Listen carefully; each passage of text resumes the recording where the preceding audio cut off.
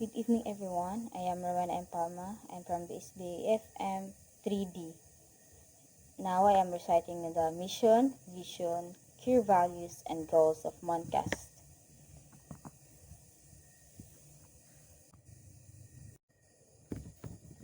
Vision: a transformative learning institution producing globally competitive graduates.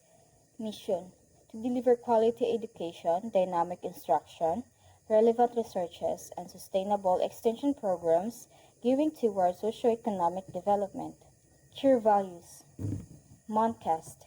M is for moral uprightness, O for optimism, N for nationalism, C for compassion, A for adaptability, S for service, and T for teamwork. Goals: produce competent graduates, foster strong linkages and networks,